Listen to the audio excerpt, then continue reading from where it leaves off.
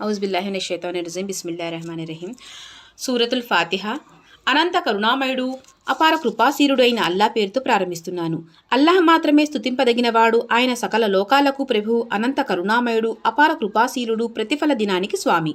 మేము నిన్నే ఆరాధిస్తున్నాము, సహాయం కొరకు నిన్నే అర్థిస్తున్నాము. మాకు రుజుమార్గం చూపించు. నీవు అనుగ్రహించిన వారు, నీ ఆగ్రహానికి గురి కానివారు, మార్గభ్రష్టులు కానివారు అనుసరించిన మార్గము. సూరతుల్ బహ్రా. అనంత కరుణామయుడు అపార కృపాశీలుడు అయిన అల్లా పేరుతో ప్రారంభిస్తున్నాను. అలిఫ్ లామ్ మీమ్. ఇది అల్లా గ్రంథం, ఇందులో ఏమాత్రం సందేహం లేదు. అల్లా భీతి కలవారికి ఈ గ్రంథం మార్గదర్శకం. వారు అగోచర విషయాలను విశ్వసిస్తారు, నమాజును స్థాపిస్తారు, మేము ప్రసాదించిన దాని నుండి మా మార్గంలో ఖర్చు చేస్తారు. మేము నీపై అవతరింపజేసిన గ్రంథాన్ని అంటే ఖురాన్ను, నీకు పూర్వం అవతరింపజేసిన గ్రంథాలను విశ్వసిస్తారు. పరలోకాన్ని దృఢంగా నమ్ముతారు. ఇలాంటి వారు తమ ప్రభు తరపు నుండి రుజుమార్గంలో ఉన్నారు. సాఫల్యం పొందేవారు వారే. ఈ విషయాలను తిరస్కరించిన వారిని నీవు హెచ్చరించినా హెచ్చరించకపోయినా ఒకటే, వారు విశ్వసించేవారు కారు. అల్లా వారి హృదయాలకు, వారి చెవులకు ముద్ర వేశాడు. వారు కన్నులపై తెరపడింది. వారు కఠిన శిక్షకు అర్హులు. అల్లాను, అంతిమ దినాన్ని మేము విశ్వసించాము అని అనేవారు కూడా కొందరు ఉన్నారు. కానీ వాస్తవంగా వారు విశ్వాసులు కారు. అల్లాహ్ను, విశ్వాసులను వారు మోసం చేస్తున్నారు. కానీ యథార్థంగా వారు తమను తాము తప్ప మరెవరినీ మోసం చేయడం లేదు. అయితే ఈ విషయాన్ని వారు గ్రహించడం లేదు. వారి హృదయాలకు ఒక రోగం పట్టుకుంది. అల్లా ఆ రోగాన్ని మరింత అధికం చేశాడు. వారు చెప్పే ఈ అబద్ధానికి గాను వారికి వ్యధాభరితమైన శిక్ష పడుతుంది. అవనిలో కల్లోలాన్ని రేకెత్తించకండి అని వారితో అన్నప్పుడల్లా వారు మేము సంస్కర్తలం మాత్రమే అని అంటారు. జాగ్రత్త, వాస్తవంగా వారే అసలు కల్లోలాన్ని సృష్టించేవారు. కానీ వారు గ్రహించడం లేదు. ఇతరులు విశ్వసించిన విధంగా మీరు విశ్వసించండి అని వారితో అన్నప్పుడు వారు మూర్ఖులు విశ్వసించిన విధంగా మేము విశ్వసించాలా అని జవాబిస్తారు. జాగ్రత్త, వాస్తవంగా వారే మూర్ఖులు, కానీ అది వారికి తెలియదు. విశ్వాసులను కలిసినప్పుడు వారు మేము విశ్వసించాము అని అంటారు. కానీ తమ శైతానులను ఏకాంతంగా కలిసినప్పుడు వారు అసలు మేము మీతోనే ఉన్నాము, వారిని కేవలం ఎగతాళి చేస్తున్నాము అని అంటారు. అల్లా వారిని ఎగతాళి చేస్తున్నాడు. ఆయన వారికి వ్యవధినిస్తూ పోతున్నాడు. వారి తలబిరుస్తనం వల్ల అంధులై గమ్యరహితంగా తిరుగుతూ పోతున్నారు. వాస్తవానికి బదులుగా అపమార్గాన్ని కనుగొన్న ప్రజలు వారే. కానీ వారి ఈ బేరం వారికి లాభదాయకమైంది కాదు. వారు ఏమాత్రం సత్యమార్గంలో లేరు. వారి ఉపమానం ఇలా ఉంది. ఒక వ్యక్తి నిప్పు రాజేసినంతనే పరిసరాలన్నీ ప్రకాశించాయి. అప్పుడు అల్లాహ్ వారి కంటి వెలుగును హరింపజేశాడు. అంధకారంలో ఏమీ కానరాని స్థితిలో వారిని వదిలాడు. వారు చెవిటివారు, మూగవారు, గుడ్డివారు. ఇక వారు రుజుమార్గానికి రారు. లేదా మరొక ఉపమానం, ఆకాశం నుండి భారీగా వర్షం కురుస్తుంది. దానికి తోడు చిమ్మ చీకట్లు, ఉరుములు, మెరుపులు. ఉరుముల భీకర ధ్వని విని మృత్యుభయం చేత వారు తమ వేళ్లను చెవుల్లో దూర్చుకుంటారు. అల్లా ఈ సత్య తిరస్కారులను అన్ని వైపుల నుండి పరివేష్టించి ఉన్నాడు. వారి పరిస్థితి మెరుపులు వారి దృష్టిని ఎగరవేసుకుపోతాయా అనే విధంగా ఉంది. వెలుగును చూసినప్పుడల్లా వారు కొంత దూరం నడుస్తారు. చీకటి కమ్ముకోగానే ఆగిపోతారు. అల్లాహ్ కోరితే వారి వినికిడిని, వారి చూపులను సంపూర్ణంగా రచింపజేసేవాడే. నిశ్చయంగా ఆయన ప్రతీదీ చెయ్యగల సమర్థుడు. మానవులారా, మిమ్మల్ని మీకు పూర్వం వారిని సృష్టించిన మీ ప్రభును ఆరాధించండి. దీని ద్వారానే మిమ్మల్ని మీరు రక్షించుకునే అవకాశం ఉంది. మీ కొరకు భూమిని పాన్పుగాను, ఆకాశాన్ని కప్పుగాను సృష్టించిన వాడు, మీపై వర్షాన్ని కురిపించి తద్వారా అన్ని రకాల పంటలు పండించే ఏర్పాటు చేసి మీకు ఉపాధిని కల్పించినవాడు ఆయనే. ఇది మీకు తెలిసినప్పుడు ఇతరులను అల్లాహకు సమానులుగా నిలబెట్టకండి.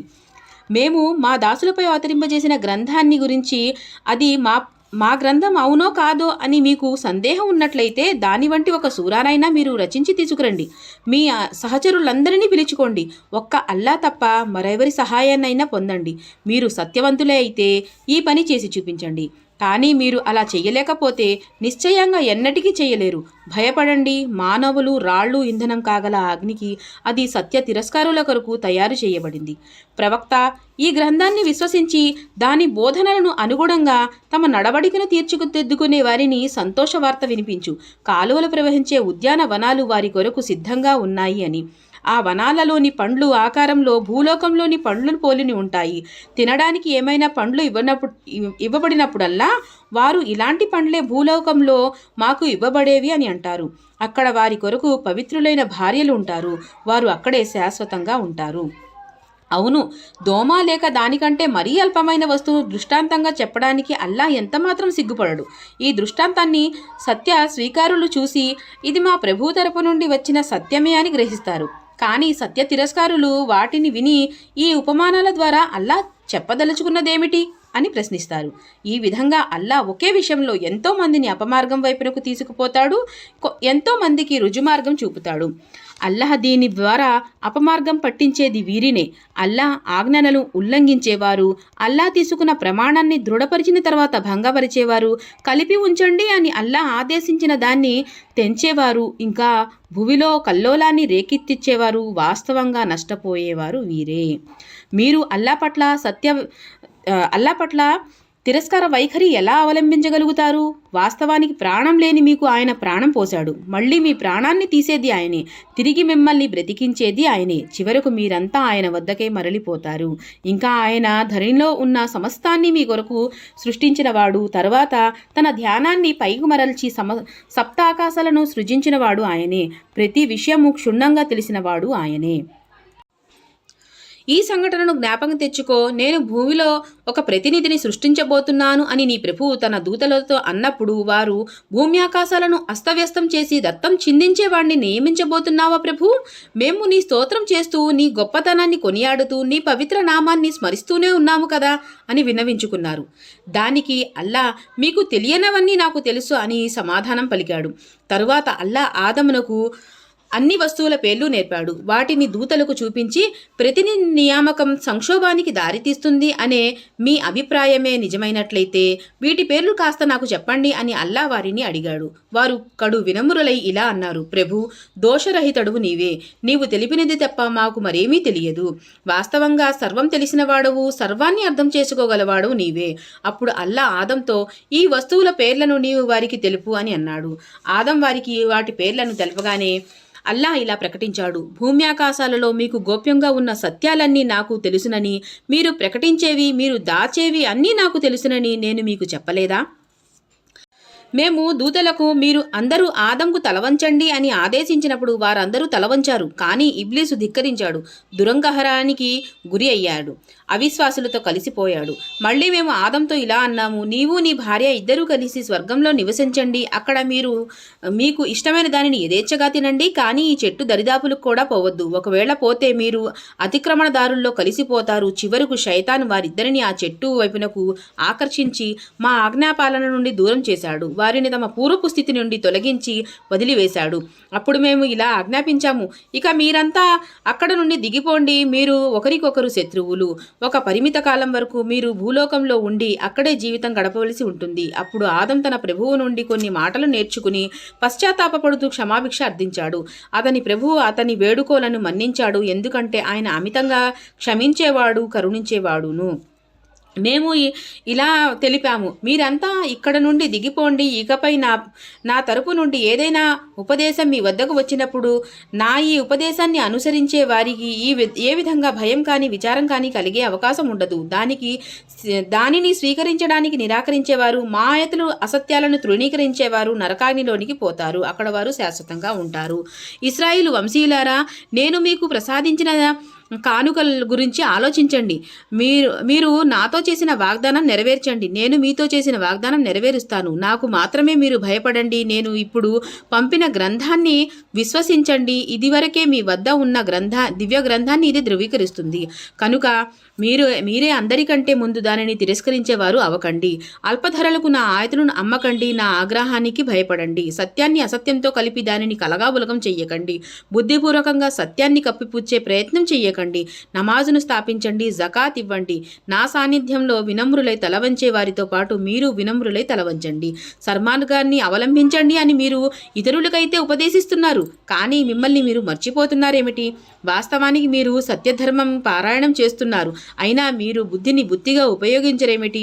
సహనం ద్వారా, నమాజ్ ద్వారా సహాయం పొందండి. నిస్సందేహంగా నమాజు కష్టమైన కార్యం, కానీ అల్లా విధేయులైన దాసులకు అది ఎంత మాత్రం కష్టం కాదు.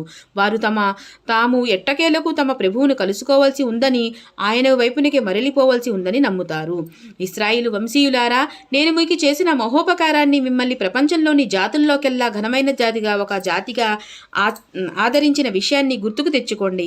ఎవరు ఎవరికి ఏమాత్రం తోడ్పడలేని, ఎవరి సిఫారసు అంగీకరించబడిని, పరిహారం తీసుకొని ఎవరిని విడుదల చెయ్యని, అపరాధులకు సహాయం ఎక్కడ నుండి లభించని ఆ దినానికి మీరు భయపడండి. ఫిరోను ప్రజల బానిసత్వం నుండి మేము మిమ్మల్ని విముక్తి కలిగించిన సందర్భాన్ని జ్ఞాపకం తెచ్చుకోండి. వారు మిమ్మల్ని ఘోర హింసకు గురి చేసేవారు. మీ కుమారులను వధించి మీ కుమార్తెలను సజీవంగా విడిచిపెట్టేవారు. ఇందులో మీ ప్రభు తరపు నుండి మీకు కఠినమైన శిక్ష ఉండినది. సముద్రాన్ని చీల్చి మేము మీకు మార్గం ఏర్పాటు చేసిన సంఘటనను గుర్తుకు తెచ్చుకోండి. ఆ తర్వాత దాని నుండి మిమ్మల్ని సురక్షితంగా ఆవలి ఒడ్డుకు చేరవేశాము.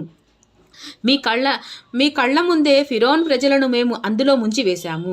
మేము మూసాను 40 రేయింబవళ్ల నిర్ణీత కాలం వరకు పిలిచినప్పుడు మీరు అతను లేకపోవడం చూసి ఆవుదూడను ఆరాధ్య దైవంగా చేసుకున్నారు. ఈ విధంగా మీరు ఘోర దురాచారానికి పాల్పడ్డారు. అయినప్పటికీ మీరు కృతజ్ఞులవుతారేమో అని మేము మిమ్మల్ని క్షమించాము. గుర్తుకు తెచ్చుకోండి, ఈ ఘోర పాతకంలో మీరు మునిగి ఉన్నప్పుడు మీరు రుజుమార్గం పొందగలిగినందుకు మేము మూసాను గ్రంథాన్ని, గీటురాయిని ప్రసాదించాము. జ్ఞాపకం తెచ్చుకోండి, అల్లా ప్రసాదించిన ఈ కానుకతో తిరిగి వచ్చిన మూసా తన జాతి ప్రజలతో ఇలా అన్నాడు: జనులారా, ఆవుదూడను ఆరాధ్య దైవంగా ఎన్నుకొని మీకు మీరే అన్యాయం చేసుకున్నారు. కనుక పశ్చాత్తాపంతో క్షమాభిక్ష కోరుతూ మీరు మీ సృష్టికర్తను వేడుకోండి. మీలోని ఘోర పాతకాలను సంహరించండి. మీ సృష్టికర్త దృష్టిలో ఇదే మీకు అత్యంత శ్రేయస్కరమైనది. అప్పుడు మీ సృష్టికర్త మీ పశ్చాత్తాపాన్ని ఆమోదించాడు. ఆయన ఎక్కువగా క్షమించేవాడు, అమితంగా కరుణించేవాడును. మూసాతో మీరు అన్న మాటలను జ్ఞాపికి తెచ్చుకోండి. మూసా, మేము అల్లాహను నీతో మాట్లాడుతూ ఉండగా కళ్ళారా చూడనంత వరకు నీ మాటలను ఎంతమాత్రం విశ్వసించము. అదే సమయంలో మీరు చూస్తూ ఉండగానే ఒక భయంకరమైన పిడుగు మీపై పడింది. మీరంతా నిర్జీవులై నేల కొరిగారు. మళ్ళీ మేము ప్రాణం పోసి మిమ్మల్ని లేపాము. కనీసం ఈ ఉపమానం తర్వాతైనా మీరు కృతజ్ఞత చూపుతారేమో అని. మేము మీపై మేఘాల ఛాయను కల్పించాము. సల్వాలను మీ కొరకు ఆహారంగా దించి మేము మీకు ప్రసాదించిన వాటిలో పరిశుద్ధము అయిన వస్తువులను తినండి అని చెప్పాము. అయినప్పటికీ మీ పూర్వీకులు మా ఆజ్ఞలను ఉల్లంఘించారు. అయితే వారు మాకు ఏమాత్రం అన్యాయం చేయలేదు, తమకు తామే అన్యాయం చేసుకున్నారు. గుర్తుకు తెచ్చుకోండి, మేము నీతో ఇలా అన్నాము: మీ ముందు ఉన్న ఈ నగరంలో ప్రవేశించండి. అక్కడ పండే పంటలను మీ ఇష్టానుసారం తృప్తిగా తినండి. కానీ వినమ్రులై తల వంచుతూ నగర ద్వారంలో ప్రవేశించండి. హిత్తతును అంటూ ముందుకు సాగిపోండి. అప్పుడు మేము మీరు చేసిన తప్పులను మన్నిస్తాము, సజ్జనులను అత్యధికంగా అనుగ్రహిస్తాము. కానీ దుర్మార్గులను మేము వారితో అన్న మాటలను సమూలంగా మార్చివేశాము. కనుక దుర్మార్గం చేసిన వారిపై మేము ఆకాశం నుండి ఆపదను దింపాము. ఇది వారు చూపుతూ వచ్చిన అవిధేయతలకు శిక్ష. జ్ఞాపకం తెచ్చుకోండి, మూసా తన ప్రజల కొరకు నీటి కోసం ప్రార్థించినప్పుడు మేము నీవు ఆ కొండరాతిని నీ చేతికర్రతో కొట్టు అని ఆదేశించాము. తదనుగుణంగా కొండరాయి నుండి 12 ఊటలు పెళ్లిబిక్కాయి. ప్రతి తెగవారు తమ నీరు త్రాగే స్థలాన్ని కనుగొన్నారు. అప్పుడు వారికి ఈ విధంగా ఆదేశించబడింది: అల్లా మీకు ప్రసాదించిన దానిని తినండి, త్రాగండి, కానీ ధరణిపై కల్లోలాన్ని రేకెత్తించకండి. మీరు మూసాకు చేసిన ఫిర్యాదును జ్ఞాపకం తెచ్చుకోండి. ఒకే రకమైన భోజనాన్ని మేము భరించలేకుండా ఉన్నాము. భూమిలో ఉత్పత్తి అయ్యే ఆకుకూరలు, కూరగాయలు, గోధుమలు, వెల్లుల్లి, ఉల్లిపాయలు, పప్పు దినుసులు మొదలైనవి మా కొరకు పండించు అని నీవు నీ ప్రభువును ప్రార్థించు. అప్పుడు మూసా ఇలా అడిగాడు: శ్రేష్టమైన దానికి బదులుగా నీచమైన దానిని కనుగొంటున్నారా? సరే, మంచిది. ఏదో ఒక పట్టణానికి మీరంతా తరలి వెళ్ళండి. అక్కడ మీరు కోరేదంతా దొరుకుతుంది. చివరికి వారు తీవ్ర అవమానానికి, పరాభవానికి, దురవస్థకు, దుర్భర దారిద్ర్యానికి గురి అయ్యారు. ఇంకా వారు అల్లా ఆగ్రహానికి అర్హులయ్యారు. అదంతా వారు అల్లా ఆయతలను తిరస్కరించడానికి ఫలితం, ప్రవక్తలను అన్యాయంగా చంపిన దాని ఫలం, అల్లా పట్ల అవిధేయత చూపిన దానికి పరిణామం, షరియత్తు హద్దులను మాటిమాటికి అతిక్రమించిన దాని పర్యవసానం. అరేబియా ప్రవక్త ముహమ్మద్ సల్లల్లాహు అలైహి వసల్లంను విశ్వసించే వారు కానీ, యూదులు కానీ, క్రైస్తవులు కానీ, సాబేయులు కానీ ఎవరైనా సరే అల్లాహ్ను అంతిమ దినాన్ని విశ్వసించి మంచి పనులు చేసే వారికి నిస్సందేహంగా వారి ప్రభు వద్ద మంచి ప్రతిఫలం ఉంది. వారికి ఏ విధంగా భయం కానీ విచారం కానీ కలిగే అవకాశమే లేదు. మేము తూర్ పర్వతాన్ని ఎత్తి మీపై నిలిపి మీ చేత చేయించిన ప్రమాణాన్ని గుర్తుకు తెచ్చుకోండి. అప్పుడు మేము మీకు ప్రసాదించిన గ్రంథాన్ని దృఢంగా పట్టుకోండి. అందులో ఉన్న ఆజ్ఞలను, ఉపదేశాలను జ్ఞాపకం చేసుకోండి. దీని ద్వారానే మీరు భయభక్తుల బాటలో నడవగలుగుతారు అని బోధించాము. కానీ తర్వాత వారు ఓ ఒడంబడినను త్రోసి రాజన్నారు. అయినప్పటికీ అల్లా మిమ్మల్ని తన అనుగ్రహాలకు కారుణ్యానికి దూరం చేయలేదు. లేకపోతే మీరు ఎప్పుడో వినాశనానికి గురి అయ్యి ఉండేవారు. సబ్బత్ శాసనం ఉల్లంఘించిన మీ వారి గాథని మీకు తెలుసా? మేము వారిని అందరూ అసహ్యంగా నీచంగా చూసే కోతులుగా మారిపోండి అని శపించాము. ఈ విధంగా మేము వారి ముగింపును ఆ కాలం వారికి, భావితరాల వారికి ఒక గుణపాఠంగాను, భయభక్తుల కలవారికి ఒక హితబోధగాను చేశాము. ఈ సంఘటనను గుర్తుకు తెచ్చుకోండి. మూసా తన జాతి వారితో అల్లాహ్ మిమ్మల్ని ఒక గోవును బలి ఇవ్వండి అని ఆజ్ఞాపిస్తున్నాడు అని అన్నప్పుడు వారు మాతో నీవు పరిహాసమాడుతున్నావా అని బదులు పలికారు. అవివేకుల మాదిరిగా నేను మాట్లాడకుండా నన్ను రక్షించు అని అల్లాను శరణు వేడుకుంటున్నాను అని మూసా అన్నాడు. అప్పుడు వారు సరే, ఆ ఆవును గురించి వివరంగా మాకు చెప్పు అని నీవు నీ ప్రభువును అడుగు అని మూసాను కోరారు. అతను ఇలా సమాధానం చెప్పాడు, అది మొసలిది కాదు, లేగదూడ కాదు, మధ్య వయసులో ఉన్న ఆవు అయి ఉండాలి అని అల్లా అంటున్నాడు. కనుక ఆజ్ఞాపించిన విధంగా చెయ్యండి. వారు ఇంకా అడిగారు, దాని రంగు ఏదై ఉండాలో నీ ప్రభువును అడిగి మాకు చెప్పు. మూసా అది మెరిసే పశువు వన్నె కలిగి చూసేవారికి మనోహరంగా కనిపించేది అని అల్లా ఆజ్ఞాపించాడు అని తెలిపారు. మళ్ళీ వారు ఇలా అన్నారు, అసలు ఏ విధమైన ఆవు కావాలో నీ ప్రభువును అడిగి మాకు స్పష్టంగా తెలుపు. దానిని నిర్ణయించడంలో మాకు సందేహం కలుగుతుంది. అల్లాహ్ కోరితే మేము దానిని కనుగొంటాము అని. అది ఏ కృషి చెయ్యనిదై, భూమి దున్నదినై, మోట లాగనిదై, ఏ లోపము లేనిదై, పరిపూర్ణ ఆరోగ్యము కలిగి ఉండాలి అని అల్లా అంటున్నాడు అని వారికి జవాబు చెప్పాడు. అర్థమైంది, నీవు ఇప్పుడు సరియైన గుర్తులు తెలిపావు అని వారితో పలికారు. అప్పుడు వారు ఆవును బలి ఇచ్చారు, లేకపోతే వారు అలా చేసేవారు కాదు. మరొక సంఘటనను కూడా గుర్తుకు తెచ్చుకోండి. మీరు ఒక వ్యక్తిని హత్య చేశారు. దానిని గురించి మీలో మీరు వాదులాడుకుంటూ హత్యా నేరాన్ని ఒకళ్లపైనొకళ్ళు మోపుకోవడం ప్రారంభించారు. కానీ మీరు గుప్తంగా ఉంచుతున్న దానిని బట్టబయలు చేయాలని అల్లా నిర్ణయం చేశాడు. కనుక మేము హతుని శవాన్ని ఒక భాగంలో కొట్టండి అని వారిని ఆజ్ఞాపించాము. చూడండి, మృత్యువులను అల్లాహ్ ఎలా బ్రతికిస్తాడో మీరు అర్థం చేసుకోవాలని తన సూచనలను మీకు ఎలా చూపుతాడో. కానీ ఈ సూచనలను చూసిన తరువాత కూడా మీ హృదయాలు కఠినమైపోయాయి, పాషాణాలు మాదిరిగా కాదు, వాటికంటే కూడా కఠినమైపోయాయి. ఎందుకంటే రాళ్లలో కొన్నిటి నుండి సెలయేళ్లు ప్రవహిస్తాయి, కొన్ని పగులుగా వాటి నుండి నీరు చిమ్ముతుంది, మరికొన్ని అల్లాహకు భయపడి కంపించి నేల కొరుగుతాయి. జాగ్రత్త, మీరు చేస్తున్నదంతా అల్లాహకు తెలియకుండా లేదు. ముస్లింలారా, వారు మీ సందేశాన్ని విశ్వసిస్తారని ఇంకా మీరు ఆశిస్తున్నారా? వాస్తవానికి వారిలోని ఒక వర్గానికి అల్లా ప్రవచనం విని బాగా అర్థం చేసుకుంటూనే బుద్ధిపూర్వకంగా దానిని తారుమారు చేసే అలవాటు ఉంది. ప్రవక్త ముహమ్మద్ సల్లల్లాహు అలైహి వసల్లంను విశ్వసించిన వారిని వారు కలిసినప్పుడు మేము ఆయనను విశ్వసించాము అని అంటారు. కానీ వారు ఏకాంతంలో ఒకరినొకరు కలిసినప్పుడు మీకేమన్నా బుద్ధి ఉందా? అల్లా మీకు స్పష్టం చేసిన విషయాలను వారి ముందు ఎందుకు వెల్లడి చేస్తున్నారు? మీరు మీ ప్రభువు సమక్షంలో మీకు వ్యతిరేకంగా వాటిని నిదర్శనాలుగా వారు వినియోగించడానికా అని అంటారు. వారు దాచేదంతా, వెల్లడి చేసేదంతా అల్లాహకు తెలుసునని వారికి నిజంగానే తెలియదా? వారిలో నిరక్షరాస్యులు వర్గం మరొకటి ఉంది. వారికి గ్రంథ జ్ఞానం ఎంత మాత్రం లేదు. లేనిపోని ఆశలు, కోరికలను పెంచుకుని కేవలం వట్టి ఊహలతో జీవిస్తూ పోతున్నారు. షరియతు గ్రంథాన్ని స్వహస్తాలతో రచించి తద్వారా తుచ్చమైన ప్రయోజనం పొందే నిమిత్తం ఇది అల్లాహ్ వద్ద నుండి వచ్చింది అని ప్రజలకు చెప్పే వారికి వినాశనం తప్పదు. వారు ఈ స్వహస్తలిఖిత రచన కూడా వారి వినాశనానికి దారితీస్తుంది. వారు ఈ సంపాదన కూడా వారి సర్వనాశనానికి కారణభూతమవుతుంది. ఇంకా వారు నరక జ్వాలలు మమ్మల్ని ఏమాత్రం ముట్టుకోవు. ఒకవేళ మాకు శిక్ష పడినప్పటికీ అది కేవలం కొన్ని రోజులు మాత్రమే అని అంటారు. వారిని అడుగు, అల్లాహ్ నుండి మీరేమన్నా వాగ్దానం పొందారా? ఆయన దాన్ని భంగం చేయలేకపోవడానికి? లేక అల్లాహ్ బాధ్యత వహించినట్లు మీకు తెలియని విషయాలను మీరు అల్లాహ్కు ఆపాదించి చెబుతున్నారా? అసలు నరకాగ్ని మిమ్మల్ని ఎందుకు ముట్టుకోదు? పాపం సంపాదించి పాపజాలంలోనే ఇరుక్కుపోయేవారు నరకవాసులు. వారు నరకంలోనే శాశ్వతంగా ఉంటారు. విశ్వసించి మంచి పనులు చేసేవారు స్వర్గవాసులు. వారు స్వర్గంలోనే శాశ్వతంగా ఉంటారు. మేము ఇశ్రాయేల్ సంతానం నుండి మరొక వాగ్దానం తీసుకున్నాము. దానిని జ్ఞాపకం తెచ్చుకోండి. అల్లాహ్ను తప్ప మరెవరిని ఆరాధించకూడదు. తల్లిదండ్రులను, బంధువులను, అనాథలను, నిరుపేదలను ఆదరించాలి. ప్రజలను సహృదయంతో పలకరించాలి. నమాజును స్థాపించాలి. జకాత్ ఇవ్వాలి. కానీ కొందరు తప్ప మీరంతా వాగ్దాన భంగం చేశారు. ఇప్పటికీ మీరు దానిని లక్ష్య పెట్టడం లేదు. మేము మీ నుండి తీసుకున్న మరొక వాగ్దానాన్ని గుర్తుకు తెచ్చుకోండి. మీరు ఒకరినొకరు చంపుకోరాదు, గృహాల నుండి బహిష్కరించుకోరాదు. దానిని మీరు అంగీకరించాలి. దానికి మీరే స్వయంగా సాక్షులు. కానీ మీరే నేడు మీ సోదరులను సంహరిస్తున్నారు. మీలోని ఒక వర్గం వారిని మీరు వారి ఇండ్ల నుండి బహిష్కరిస్తున్నారు. దౌర్జన్యంగా, అన్యాయంగా మీరు వారికి వ్యతిరేకంగా ముఠాలు కడుతున్నారు.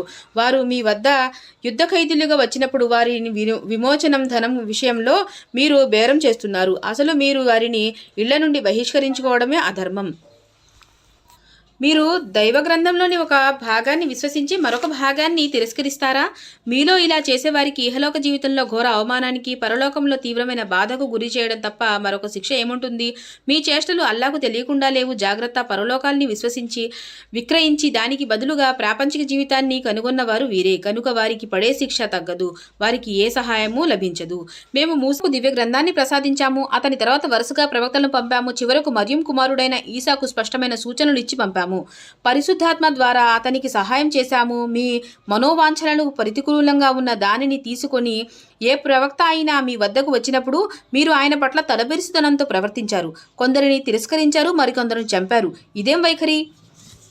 వారు మా హృదయాలు సురక్షితంగా ఉన్నాయి అని అంటారు. కాదు, అది నిజం కాదు. అసలు విషయం ఏమిటంటే వారు అవిశ్వాస వైఖరి కారణంగా అల్లాహ్ వారిని శపించాడు. కనుక వారు విశ్వసించడం అనేది కాని పని. అల్లాహ్ నుండి వారి వద్ద ఇప్పుడు వచ్చిన గ్రంథం పట్ల వారు ప్రవర్తన ఎలా ఉంది? వారి వద్ద పూర్వం నుండే ఉన్న దైవ గ్రంథాన్ని ఈ విధంగా ధృవీకరిస్తున్నప్పటికీ దీని రాకకు ముందు అవిశ్వాసులపై విజయం ప్రసాదించు అని వారు ప్రార్థిస్తూ ఉన్నప్పటికీ తీరా అది వచ్చిన తర్వాత వారు దానిని గుర్తించి కూడా తిరస్కరించారు. అటువంటి తిరస్కారులపై అల్లాహ్ శాపం అవతరించుగాక. వారి హృదయాలను తృప్తిపరచడానికి వారు అనుసరించే మార్గం ఎంత నీచమైనది! అల్లాహ్ తన ఇష్టానుసారం తన దాసులలోని ఒకరిపై తన అనుగ్రహం అవతరింపజేశాడనే ద్వేషం వల్ల వారు అల్లాహ్ పంపిన ఉపదేశాలను తిరస్కరిస్తున్నారు. కనుక వారు ఆగ్రహంపై ఆగ్రహానికి గురి అయ్యారు. అటువంటి అవిశ్వాసులకు తీవ్ర పరాభయంతో కూడుకున్న శిక్ష పడుతుంది. వారితో అల్లాహ్ అవతరింపజేసిన దానిని విశ్వసించండి అని అన్నప్పుడు మా ఇశ్రాయిలు వంశంలోని వారి వద్దకు వచ్చిన దానిని మాత్రమే మేము విశ్వసిస్తాము అని అంటారు. తమ గ్రంథం కానటువంటి ప్రతి దానిని, అది సత్యమైనప్పటికీ, వారి వద్ద పూర్వం నుండే ఉన్న దానిని అది ధృవీకరిస్తున్నప్పటికీ వారు దానిని తిరస్కరిస్తారు. సరే, వారిని ఇలా అడుగు, మీ వద్దకు వచ్చిన దానినే మీరు మనస్పూర్వకంగా విశ్వసించే వారే అయితే ఇంతకు ముందు ఇశ్రాయిల్ వంశంలో పుట్టిన అల్లాహ్ ప్రవక్తలను ఎందుకు హత్య చేస్తూ వచ్చారు? ఎంత స్పష్టంగా ఉన్న సూచనలను మూసా మీ వద్దకు తీసుకువచ్చాడు. అతను కొంచెం అటు పోగానే మీరు ఆవుదూడను ఆరాధ్య దైవంగా చేసుకున్నారు. ఎంత దుర్మార్గులు మీరు! మేము తూర్ పర్వతాన్ని ఎత్తి మీపై నిలిపి మీతో చేయించిన ప్రమాణాన్ని కూడా గుర్తుకు తెచ్చుకోండి. మేము మీకు చేస్తూ ఉన్నది ఉపదేశాలను స్థిరంగా పాటించండి, జాగ్రత్తగా వినండి అని మేము నీకు నొక్కి చెప్పాము. మీ పూర్వీకులు మేము విన్నాము కానీ శిరసావహించేదే లేదు అని చెప్పారు. అసత్యారాధన వల్ల వారి హృదయాలు ఆవుదూడల మీద ప్రేమతో నిండిపోయాయి. ముహమ్మద్ సల్లల్లాహు అలైహి వసల్లం వారితో ఇలా చెప్పు, మీరు విశ్వాసులే అయితే ఈ చెడు చేష్టలను చెయ్యకండి అని ఆదేశించే ఈ విశ్వాసం చాలా విచిత్రమైంది. ఇంకా వారిని ఇలా అడుగు, ఒకవేళ అల్లా వద్ద పరలోక నివాసం మానవులందరికీ కాక కేవలం మీకు మాత్రమే ప్రత్యేకించబడితే మీరు మీ అభిప్రాయంలో సత్యవంతులే అయితే మీరు మరణాన్ని తప్పక కోరాలి. వారు ఎప్పటికీ మరణాన్ని కోరరు అనే విషయం నమ్ము. ఎందుకంటే వారు స్వహస్తాలతో సంపాదించి అక్కడ పంపిన దాని కారణంగా వారు అక్కడ వెళ్ళడానికి ఇష్టపడరు. ఈ దుర్మార్గులు మనస్తత్వం అల్లాహ్కు బాగా తెలుసు. జీవితం పట్ల అందరికంటే ఎక్కువ వ్యామోహం వారిలోనే ఉందనే విషయం నీవు గ్రహిస్తావు. ఈ విషయంలో వారు తమ ముష్రికులనే మించిపోయారు. వారిలోని ఒక్కొక్క వ్యక్తి ఏదో ఒక విధంగా 1000 సంవత్సరాలు బ్రతకాలని కోరుకుంటాడు. కానీ దీర్ఘాయార్థం వారిని శిక్ష నుండి ఎంత మాత్రం తప్పించలేదు. వారు ఏ పనులు చేస్తున్నారో వారిని అల్లాహ్ చూస్తూనే ఉన్నాడు. ప్రవక్త వారితో ఇలా చెప్పు, జిబ్రయిల్ పట్ల విరోధం ఉన్న ప్రతివాడు ఈ యథార్థాన్ని గ్రహించాలి. అల్లా ఆజ్ఞలను అతను ఈ ఖురానును నీ హృదయ ఫలకంపై అవతరింపజేశాడు. పూర్వం వచ్చిన అన్ని గ్రంథాలను అది ధృవీకరిస్తుంది, అవి నిజమని బలపరుస్తుంది. విశ్వసించే వారికి అది హితోపదేశం, సాఫల్యం సిద్ధిస్తుందని తెలిపే శుభవార్త. జిబ్రయిల్ పట్ల వారికి ఉన్న విరోధానికి కారణంగా ఇదే అయితే వారికి ఇలా తెలుపు, అల్లాకు, ఆయన దూతలకు, ఆయన ప్రవక్తలకు, జిబ్రయిల్కు, మీకాయిల్కు ఎవరు శత్రువులో అటువంటి అవిశ్వాసులకు అల్లాహ్ శత్రువు. సత్యాన్ని స్పష్టంగా ప్రకటించే వాక్యాలను మేము నీపై అవతరింపజేశాము. అవిధేయులు తప్ప మరెవరూ వాటిని తిరస్కరించరు. వారు ఏదైనా వాగ్దానం చేసినప్పుడల్లా వారిలోని ఏదో ఒక వర్గం దానిని త్రోసిపుచ్చడం ఎల్లప్పుడూ జరుగుతూనే రాలేదా? అంతేకాదు, మనస్పూర్వకంగా విశ్వసించని వారు చాలామంది వారిలో ఉన్నారు. వారి వద్ద పూర్వం నుంచే ఉన్న దైవ గ్రంథాన్ని ధృవపరుస్తూ ఏ ప్రవక్త అయినా అల్లా తరపు నుండి వచ్చినప్పుడు గ్రంథ ప్రజల్లోని ఒక వర్గం వారు అల్లా గ్రంథాన్ని దానిని గురించి ఏమీ తెలియని వారు త్రోసిపుచ్చారు. సులైమాను రాజ్యం పేరు చెప్పి శైతానులు ప్రచారం చేసే విషయాలను వారు అనుసరించసాగారు. కానీ వాస్తవంగా సులైమాను ఎన్నడూ అవిశ్వాసానికి ఒడగట్టలేదు. అసలు అవిశ్వాసానికి పాల్పడింది ప్రజలకు చేతబడి బోధించే శైతానులే. వారు హారూత్ మారూత్ అనే ఇద్దరు దైవదూతలపై బాబిలోనియాలో అవతరింపజేసిన దాని వెంట పడ్డారు. ఎవరికైనా ఆ విద్యను నేర్పించినప్పుడు దైవదూతలు సుస్పష్టంగా ఇలా హెచ్చరిక చేసేవారు, జాగ్రత్త, మేము కేవలం ఒక పరీక్ష మాత్రమే. అవిశ్వాసానికి గురికాకు. అయినప్పటికీ వారు భార్యాభర్తలను వేరు చేసే విద్యను ఆ దూతల వద్ద నేర్చుకునేవారు. అల్లా అనుమతి లేకుండా వారు ఈ విద్య ద్వారా ఎవరికి ఏమాత్రం హాని కలిగించలేరనే విషయం సుస్పష్టం. కానీ వారు నేర్చుకున్నది వారికి నష్టం కలిగించేదే కానీ లాభం కలిగించేది ఎంతమాత్రం కాదు. ఈ విద్యను కోరుకునేవారు పరలోక సౌఖ్యాలలో ఏమాత్రం భాగం పొందలేని విషయం వారికి బాగా తెలుసు. ఎంత తుచ్చమైన సొమ్ముకు బదులుగా వారు తమ ఆత్మలను అమ్ముకుంటున్నారో వారికి తెలిస్తే ఎంత బాగుండేది. వారు విశ్వసించి భయభక్తుల మార్గం అవలంబించి ఉన్నట్లయితే దానికి అల్లా వద్ద వారికి లభించే ఉండే ప్రతిఫలం ఎంతో శ్రేష్టమైనది. దానిని వారు గ్రహిస్తే ఎంత బాగుండేది. విశ్వసించిన ప్రజలారా, రాయినా అనకూడదు, ఉంజర్నా అనండి. ప్రతి మాటను శ్రద్ధతో వినండి. ఈ అవిశ్వాసులు అత్యంత ఘోరమైన శిక్షకు అర్హులు. సత్య సందేశాన్ని తిరస్కరించిన వారు గ్రంథ ప్రజల్లోనైనా లేక ముష్రికులైనా వారికి మీపై మీ ప్రభు తరపు నుండి ఏ మేలు అవతరించడం సుతారాము ఇష్టం లేదు. కానీ అల్లాహ్ తాను కోరిన వారికి తన కరుణ కొరకు ఎన్నుకున్నాడు. అల్లాహ్ అమితంగా అనుగ్రహించేవాడు. మేము మా ప్రవచనం ఒక దానిని రద్దు చేసినా లేక మరిపింపజేసినా దాని స్థానంలో దానికంటే శ్రేష్టమైన దానిని లేక కనీసం దానితో సమానమైన దానిని తీసుకువస్తాము. అన్నింటి మీద అల్లాకు సర్వాధికారాలున్న విషయం మీకు తెలియదా? భూమి ఆకాశాల సామ్రాధిపత్యం కేవలం అల్లాకే చెందుతుందని, ఆయన తప్ప మిమ్మల్ని రక్షించేవాడు, మీకు సహాయం చేసేవారు మరెవరూ లేరనే సంగతి మీకు తెలియదా? పూర్వం మూసాను అడిగిన ప్రశ్నలన్నిటినీ వాటినే మీరు మీ ప్రవక్తను అడుగుదామనుకుంటున్నారా? వాస్తవానికి విశ్వాస వైఖరిని అవిశ్వాస వైఖరిగా మార్చుకున్నవాడు సన్మార్గం తప్పుతాడు. గ్రంథ ప్రజల్లోని పలువురు మిమ్మల్ని ఏదో ఒక విధంగా విశ్వాస మార్గం నుండి మరల్చి మళ్ళీ అవిశ్వాస మార్గం వైపునకు తీసుకుపోదామని కోరుతున్నారు. సత్యం వారికి సుస్పష్టం అయినప్పటికీ వారు ఈ కోరికలు కారణంగా వారి మనసులలో ఉన్న అసూయ. అయితే అల్లా తాను తీర్పును అమలుపరిచే వరకు మీరు సహించి వారిని క్షమించండి. మీరు నిశ్చయంగా ఉండండి, అల్లా అన్నిటి మీద సర్వాధికారాలు ఉన్నాయి. నమాజును స్థాపించండి, జకాత్ ఇవ్వండి. మీ భవిష్యత్తు కోసం మీరు చేసి ముందుగా పంపించే సత్కార్యాలను మీరు అల్లాహ్ వద్ద చూస్తారు. మీరు చేసేదంతా అల్లాహ్ దృష్టిలో ఉంది. యూదులు కానీ మరెవరూ లేక క్రైస్తవుల ప్రకారం క్రైస్తవులు కాని వారెవరూ స్వర్గంలో ప్రవేశించలేరు అని వారు ప్రకటిస్తారు. ఇవి వారి కాంక్షలు మాత్రమే. వారిని ఇలా అడుగు, మీరు అనేది సత్యమే అయితే దానికి నిదర్శనాలేమిటి చూపండి. అసలు మీలో గాని మరెవరిలో గాని ఏ విధమైన ప్రత్యేకత లేదు. వాస్తవం ఏమిటంటే ఎవరు తమను తాము అల్లా పట్ల విధేయతకు అంకితం చేసుకొని ఆచరణలో సన్మార్గం అవలంబిస్తారో దానికి వారు తమ ప్రభువు వద్ద మంచి ప్రతిఫలం పొందుతారు. అటువంటి వారికి భయం కానీ దుఃఖం కానీ కలిగే అవకాశం ఎంత మాత్రం లేదు. క్రైస్తవుల వద్ద సత్యం అనేది ఏమీ లేదు అని యూదులు అంటారు. యూదుల వద్ద సత్యం అనేది ఏమీ లేదు అని క్రైస్తవులు అంటారు. కానీ వారు ఉభయులు చదివేవి దైవ గ్రంథమే. గ్రంథజ్ఞానం లేని వాళ్ళు కూడా ఇదే విధంగా ప్రగల్భాలు పగులుగుతారు. వీరందరిలో ఉన్న అభిప్రాయ భేదాలను గురించి నిశ్చయంగా అల్లా ప్రళయ దినం నాడు తీర్పు చెబుతాడు. అల్లా ఆరాధనాలయాలలో ఆయన తమ నామస్మరణను నిషేధించి వాటి వినాశనానికి ఒడిగట్టే వాడికంటే పరమ దుర్మార్గుడెవడు? అటువంటి వారు ఆ ఆరాధనాలయాలలో అడుగు పెట్టడానికి అర్హులు కారు. ఒకవేళ వారు వాటిలో ప్రవేశించినా భయపడుతూ ప్రవేశించాలి. కానీ వారికి ప్రపంచంలో తీవ్రమైన పరాభవం, పరలోకంలో ఘోర శిక్ష తప్పవు. ప్రాక్ పశ్చిమలన్నీ అల్లావే. మీరు మీ ముఖాలను ఏ దిక్కుకు తిప్పినా అక్కడ మీరు అల్లా సమ్ముఖం లభిస్తుంది. అల్లా అంతటా వ్యాపించి ఉన్నాడు. ఆయన అంతా తెలిసినవాడు. అల్లా ఒకరిని తన కుమారుడుగా చేసుకున్నాడు అని వారు అంటారు. కానీ అల్లా ఆ విషయాన్ని అతీతుడు. ఆయన అత్యంత పవిత్రుడు. అసలు యథార్థం ఏమిటంటే భూమి ఆకాశాలలో ఉన్నవన్నీ ఆయన సొంతమే. అవన్నీ ఆయన ఎడల విధేయతకు అంకితమైనవి. ఆయన ఆకాశాలను భూమండలానికి సృష్టికర్త. తాను ఒక నిర్ణయం తీసుకున్నప్పుడు ఆయన దానిని కేవలం అయిపో అని ఆజ్ఞాపిస్తాడు. అది వెంటనే అయిపోతుంది. అల్లా స్వయంగా మాతో ఎందుకు మాట్లాడడు, లేక ఏదన్నా సూచన మా వద్దకు ఎందుకు రాదు అని అజ్ఞానులు అడుగుతారు. వారికి పూర్వం వారు కూడా ఇవే ప్రశ్నలు అడిగేవారు. సన్మార్గం తప్పిన వారందరినీ మనస్తత్వాలు ఒక్కటే.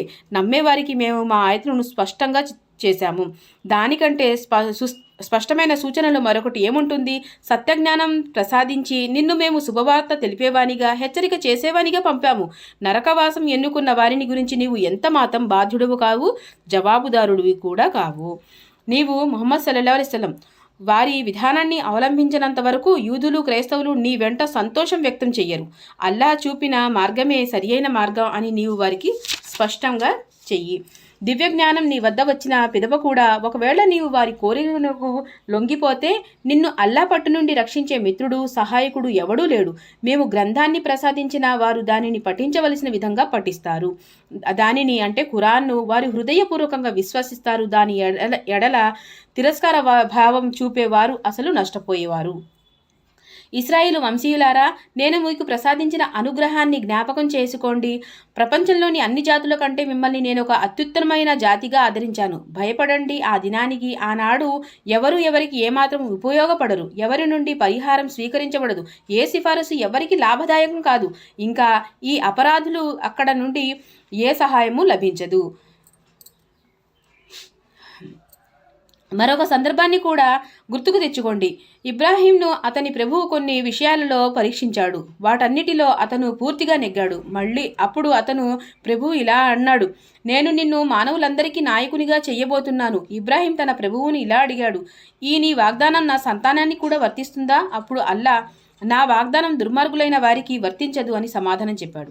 ఈ గృహాన్ని అంటే కాబాను మేము మానవులందరికీ కేంద్రంగాను శాంతి నిలయంగాను చేశాము. ఇబ్రాహీం ఆరాధన కొరకు నిలబడిన ప్రదేశాన్ని శాశ్వతమైన నమాజు స్థానంగా చేయవలసిందని ప్రజలను మేము ఆదేశించాము. ఇంకా నా ఈ గృహాన్ని దానికి ప్రదక్షిణం చేసేవారి కొరకు, దానిలో ఎతకాఫ్ పాటించే వారి కొరకు, రుకు సజ్దాలు చేసేవారి కొరకు పరిశుద్ధంగా ఉంచవలసిందని ఇబ్రాహీంను, ఇస్మాయిల్ను నిర్దేశించాము. ఆ తరువాత ఇబ్రాహీం అల్లాను ఇలా అర్థించాడు, ప్రభు, ఈ నగరాన్ని సుఖశాంతుల నగరంగా చెయ్యి. ఈ నగరవాసులలో అల్లాను, పరలోకాన్ని విశ్వసించే వారికి అన్ని రకాల పండ్లు, ఫలాలు, ఆహారం ప్రసాదించు. అప్పుడు అతని ప్రభువు ఇలా జవాబు పలికాడు, విశ్వసించని వారికి కూడా ఇహలోకపు తాత్కాలిక జీవిత అవసరాలను ప్రసాదిస్తాను, కానీ చివరకు వారిని నరకయాతన వైపు ఈడ్చుకుపోతాను. అది అత్యంత దుర్భరమైన నివాస స్థలం. ఇబ్రాహీం, ఇస్మాయిల్ ఈ ఇంటి గోడలను ఎత్తేటప్పుడు ఈ విధంగా ప్రార్థించేవారు, ఓ మా ప్రభు, మా ఈ సేవలను నీవు దయతో స్వీకరించు. నీవు అందరి మొరలు ఆలకించేవాడువు, అన్నీ తెలిసిన వాడవు. ప్రభు, మా ఇద్దరిని నీవు విధేయులుగా చేసుకో. పూర్తిగా నీ విధేయతకు అంకితమయ్యే ఒక జాతిని మా సంతతి నుండి ఆవిర్భవింపజేయి. నీ ఆరాధనా రీతులను మాకు తెలుపు. మా తప్పులను మన్నించు. నీవు అమితంగా క్షమించేవాడువు మరియు అనంతంగా కరుణించేవాడువు. ప్రభు, నీ వాక్యాలను వారికి వినిపించి, నీ గ్రంథాన్ని, నీ జ్ఞానాన్ని వారికి బోధించి, వారి జీవితాలను తీర్చిదిద్దే ఒక ప్రవక్తను స్వయంగా వారి జాతి నుండే వారిలో పుట్టించు. నీవు సాటిలేని సర్వాధికారివి, అనుభవ ప్రజ్ఞాశాలివి. ఇబ్రాహీం విధానాన్ని ఇక విద్వేషించేవాడెవడు? తనను తాను అజ్ఞానానికి, అహంకారానికి గురి చేసుకునేవాడు తప్ప. ప్రపంచంలో మా సేవ కొరకు మేము ఎన్నుకున్న వ్యక్తి ఇబ్రాహీం. పరలోకంలో అతను సజ్జనులతో పాటు ఉంటాడు. అతను ఎలాంటి వాడంటే, ముస్లిం అయిపో అని అతని ప్రభువు అతనితో అన్నప్పుడు అతను వెంటనే నేను విశ్వప్రభువు యొక్క ముస్లింని అయిపోయాను అని జవాబు పలికాడు. ఇదే మార్గంలో నడవండి అని ఇబ్రాహీం తన సంతానానికి హితోపదేశం చేశాడు. ఈ ఉపదేశాన్ని యాకూబ్ మరియు తన సంతానం కూడా చేశాడు. నా బిడ్డలారా, ఈ ధర్మాన్నే అల్లా మీ కొరకు ఎన్నిక చేశాడు. కనుక మీరు మరణించే వరకు ముస్లింలుగానే ఉండండి. యాకూబ్ మృత్యు దశలో ఉన్నప్పుడు మీరు అక్కడ ఉన్నారా? మరణించే ముందు అతను తన కుమారులను ఇలా అడిగాడు, బిడ్డలారా, నా తర్వాత మీరు ఎవరిని ఆరాధిస్తారు? వారందరూ ఇలా సమాధానం చెప్పారు, మీరు మీ పెద్దలైన ఇబ్రాహీం, ఇస్మాయిల్, ఇస్హాక్ దేవుడుగా భావించిన ఆ ఏకైక దేవుణ్ణే మేము ఆరాధిస్తాము. మేము ఆయనతో ముస్లింలమై ఉంటాము. వారంతా గతించిన ఒక సంఘం. వారు సంపాదించింది వారిది, మీరు సంపాదించేది మీది. మీరు చేసిన దాని గురించి మిమ్మల్ని అడగడం జరగదు. వారు చేసిన దాని గురించి మిమ్మల్ని అడగడం జరగదు. యూదులారా, మారితేనే రుజుమార్గం లభిస్తుంది అని యూదులు అంటారు. క్రైస్తవులుగా మారితేనే ధర్మ మార్గం పొందగలుగుతారు అని క్రైస్తవులు అంటారు.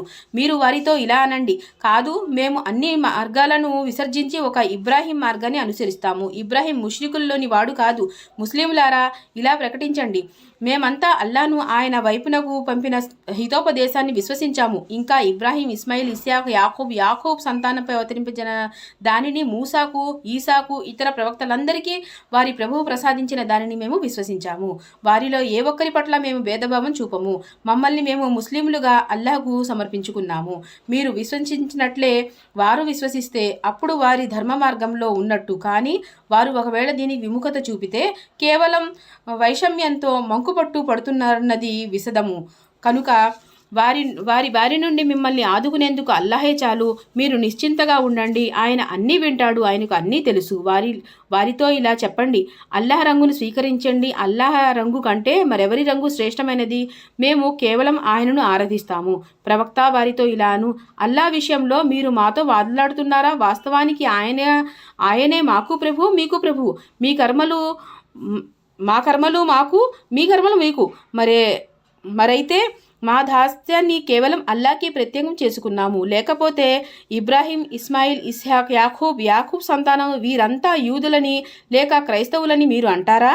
ఇలా అడుగు, మీకు బాగా తెలుసా లేక అల్లాహ్కా? అల్లాహ్ అప్పగించిన సాక్ష్యాన్ని దాచే వ్యక్తి కంటే పరమ దుర్మార్గుడు ఎవరుంటాడు? మీ చేష్టలను అల్లాహ్ గమనించకుండా ఉండడం లేదు. మీరంతా గతించిన ఒక వర్గం. వారి సంపాదన వారిది, మీ సంపాదన మీది. వారి కర్మలను గురించి మిమ్మల్ని ప్రశ్నించడం జరగదు.